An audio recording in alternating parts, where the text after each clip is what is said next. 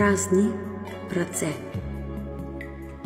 Потънали в лукса и блясъка, забравили, че тук сме на гости, не делящи с никого залъка си, човекът загуби всякакви стойности. Напълнили сметки и с джобове до пръсване, запушили ушите си за чуждия вик, животът им тук е безмислено блъскане, дъмгосани с печата грешник.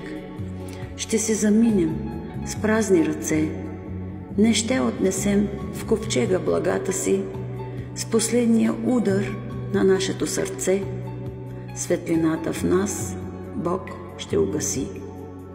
Там няма да ни питат за къщи, коли и дали ще откупим душата си, застанали пред Него голи, за греховете си прошка ще молим.